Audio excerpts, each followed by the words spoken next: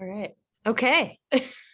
So small group tonight, but we're going to talk about emotional eating and maybe, this is, I guess, kind of a long-term view of it, kind of as you're working your way through it. So we can get specific, maybe if people have some specific ways they've dealt with it, but we're going to kind of stay a little upper level in general to talk about it. So the first thing is that I feel like when you're trying, like when you're an emotional eater and you're trying to conquer it, you think about, okay, I'm starting this nutrition plan and I'm at point A, and point B is just going to be this beautiful straight line, and we're just going to get there and it'll be great, right? And then I'm going to feel really excited because I got to point B and it's going to be amazing. And what really happens is somewhere in the middle, there's going to be, ups and downs and all arounds. And eventually you land on point B where you're feeling good and you feel like you've accomplished your goal. But in the middle there of emotional eating, it's all the work you're putting in. And the work you put in is like a fitness program where you're building up this muscle of determining when you're emotionally eating, what's triggering it, and then how you react to it and changing how you react to it. So as you're getting into it, you're like, you might just all of a sudden find yourself in a bowl of ice cream because something happened. And then you're like, oh, I didn't want to do that. And then the guilt ensues. So what really is helpful is figuring out when it's starting, right? So like, you're having an emotional time, you're stressed out, you're sad, whatever it is. And it could even be an emotional, like whenever you have something great happen, you turn to food, right? It's a treat for food or something like that, any emotion. So you find yourself in that you're ready to go grab something that isn't part of your plan time. You need to recognize when that's happening, like the fact that you're turning to food as a reward or food as an emotional comfort. And at that point, you get to make the decision, okay, well, do I really, really want this actual food right now because I'm going to enjoy it? Or am I just grabbing this food because I think it's going to comfort, change the situation, change my emotional state? It's going to help in some way, right? Which it's not. And, so at that point, then you get to make that quick decision of, is this something I'm going to do out of enjoyment or something I'm going to do because I think it's going to help me emotionally? And when you've made that decision, so let's say you go with I'm just going to emotionally, you're just kind of like, F it, I'm just going to eat, right? Then you go through that system of, okay, instead of feeling bad about it, let's look at it almost like we're a researcher. It's a set of data. Like, what happened? What happened in the course of that thing? And how do I feel right now? I think that was the biggest thing for me in detaching from emotional eating, is that I'd eat the thing, right? For me, early on, it was an almond croissant. I remember doing 21 Day Fix, and I was like, when I finish this program, I'm going to go get an almond croissant. That was my reward for like sticking to the nutrition and doing it all. And I remember I went and had the croissant and I was like, yeah, I mean, it tasted fine, but it wasn't like, oh, everything rained down and it was amazing and the best thing ever. And it didn't change anything. It wasn't that big of a deal. And so then looking back on that, the next time I think, okay, I'm going to reward myself with this, then I think, well, it wasn't that big of a deal when I had it then, so it's likely going to be the same now. So why introduce it? Why have it? Same if you're eating when you're sad, right? Did that macaroni and cheese help you feel less sad? No. And it may have even brought on more feelings of guilt or shame, or just, being upset with yourself for having it. And so then you kind of got to look at, okay, so what could I do instead? Where, would it have helped to just go for a walk? Or quite honestly, maybe you just need to cry. Maybe you just need to let like some emotion out, because there's a lot of times where it's like we try to keep it and hold it. And, sometimes you just need to let it go and just be, let it happen, feel it, and move forward.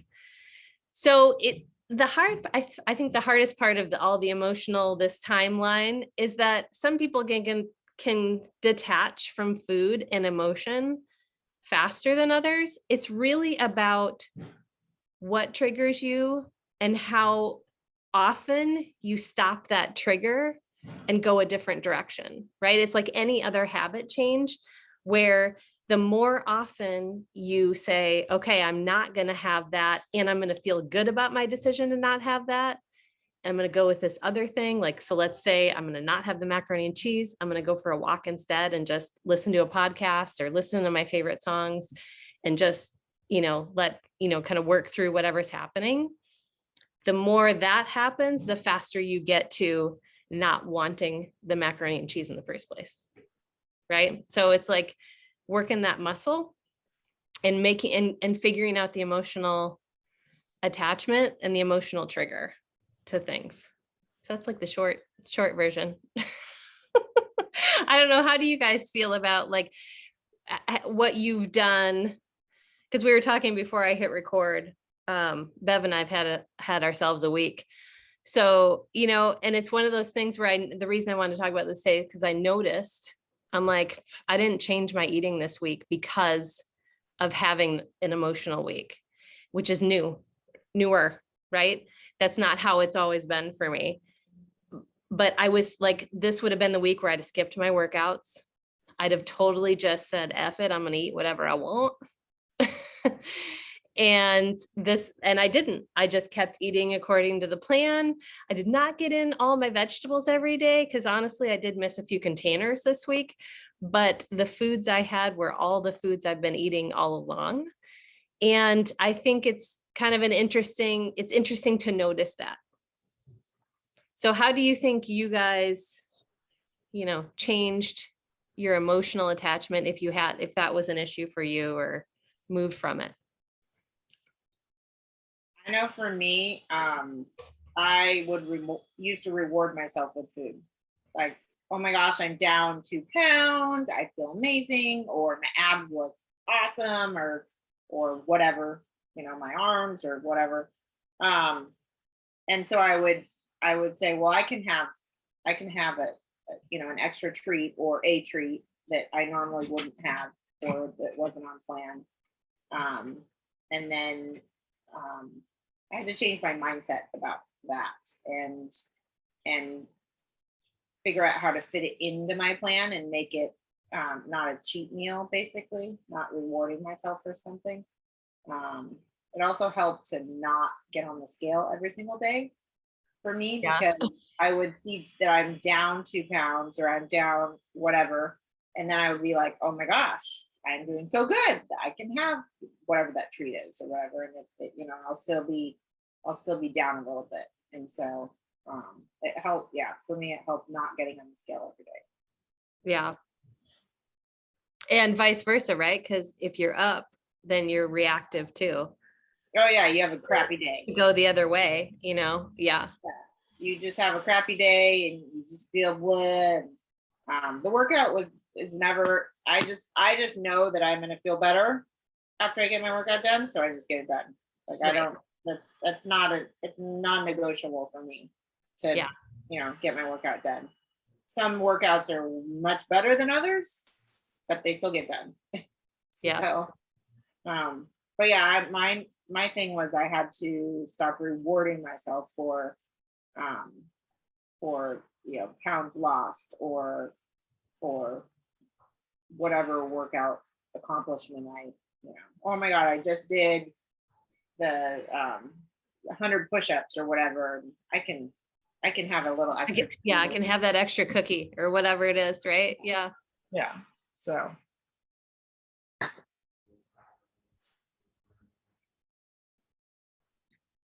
So for me, I can tell like certain foods, certain like alcohol, sugary things, the things that you normally would reach for when you're like, when cravings strike, and even like fatty foods. Those are the things that, going out to eat, like, oh, I've had a really rough day, really rough week. I'm just going to go out to eat, or I'm just going to order something, not have to cook, not have to think, just be able to just eat the food and be done.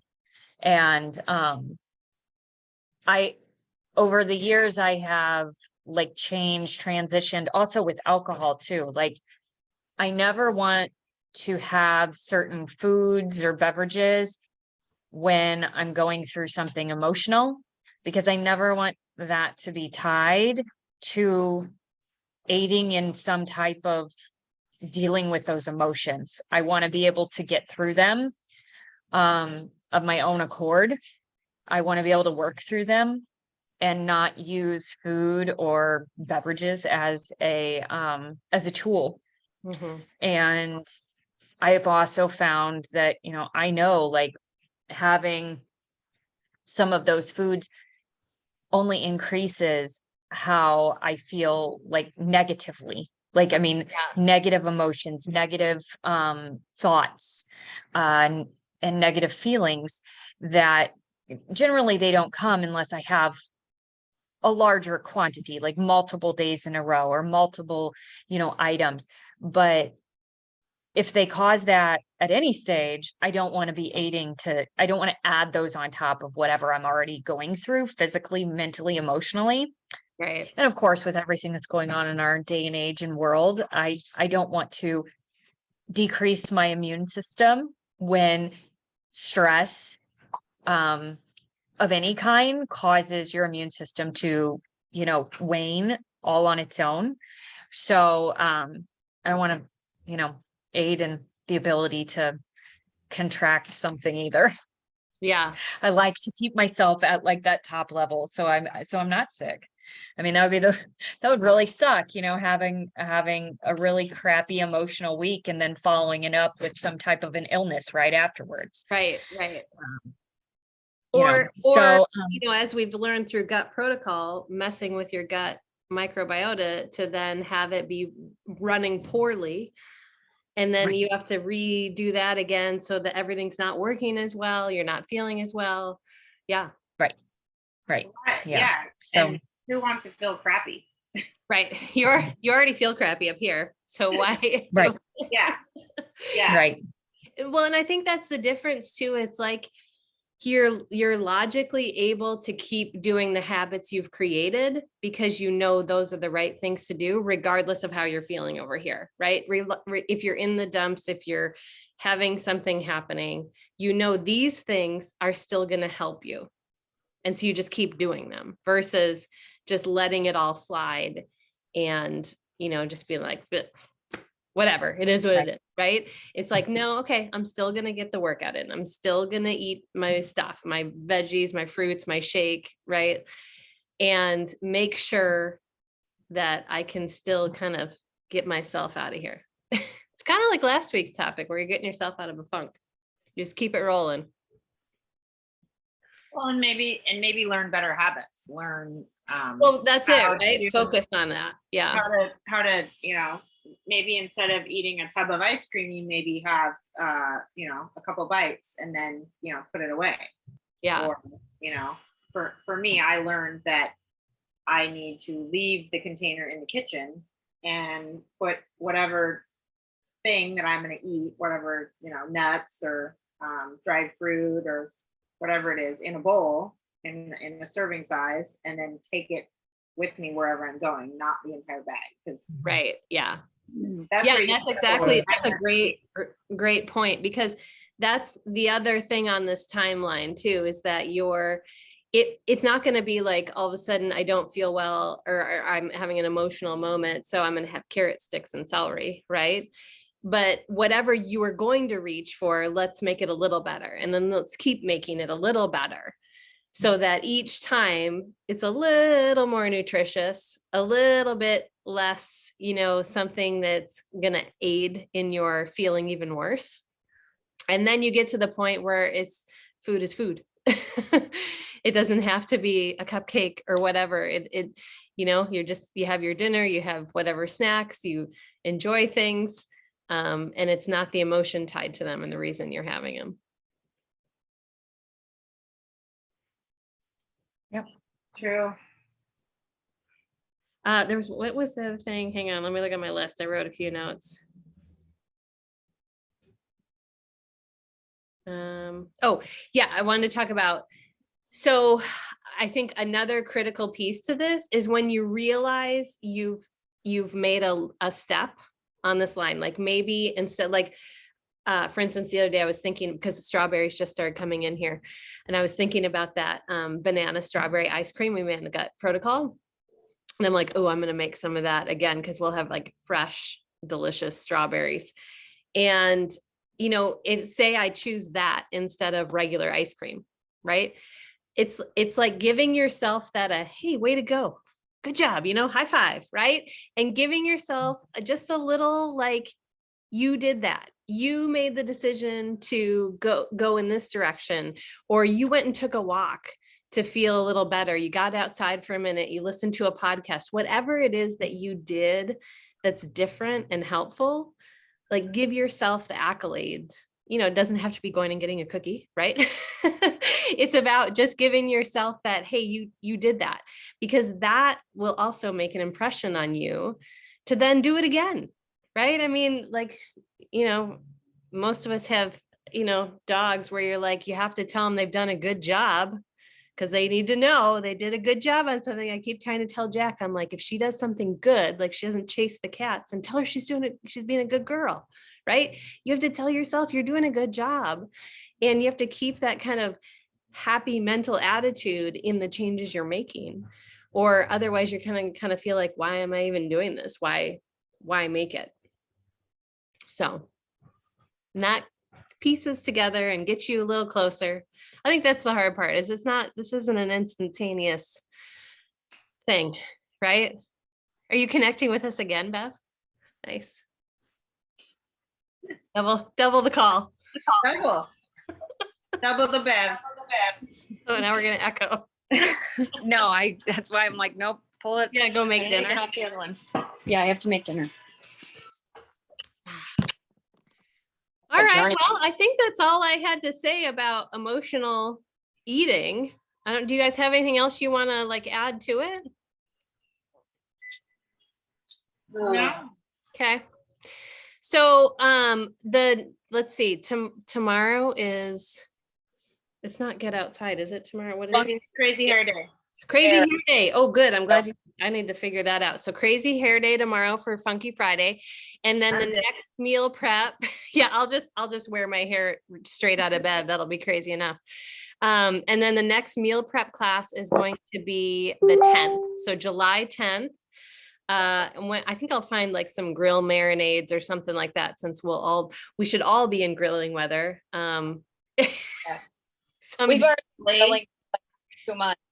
We've been grilling all year. Yeah, that's true. We grill all year. We grill all year too, honestly. Yeah. We grill in the rain. Yeah, we do too. I wear a headlamp and grill.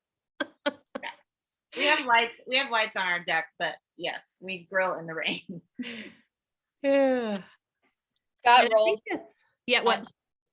of the door, like of the sliding glass door. He rolls it over in front of the sliding glass door. Oh, nice. Yeah, maybe I should do that. Oh, we can't do that because then it smokes the entire house out. Oh, you know. I don't have it open for that long. Yeah. Door, open the grill, flip stuff, close the door. All right. Was there any other announcement type stuff? I don't think so. All right. They got protocols. The June group started this week, right? Yes. Yep. They're on week 1. And then Fire and Flow is on week 2 or 1. Week 2, 2, I believe. And then we've got Joel's new sample program that'll be out June 27th, and Energize out June 27th. So we can talk about all those things when we get closer too. And I think it'll be a good idea to talk about Joel's nutrition plan when we get into it, because it has a cheat meal, and we can talk about the, you know, depending on how that works for you emotionally or not, and or having a cheat day and how that works and like you being able to stop it and only have one day kind of stuff. That'll be a good topic for that time. Yes, for sure. All right.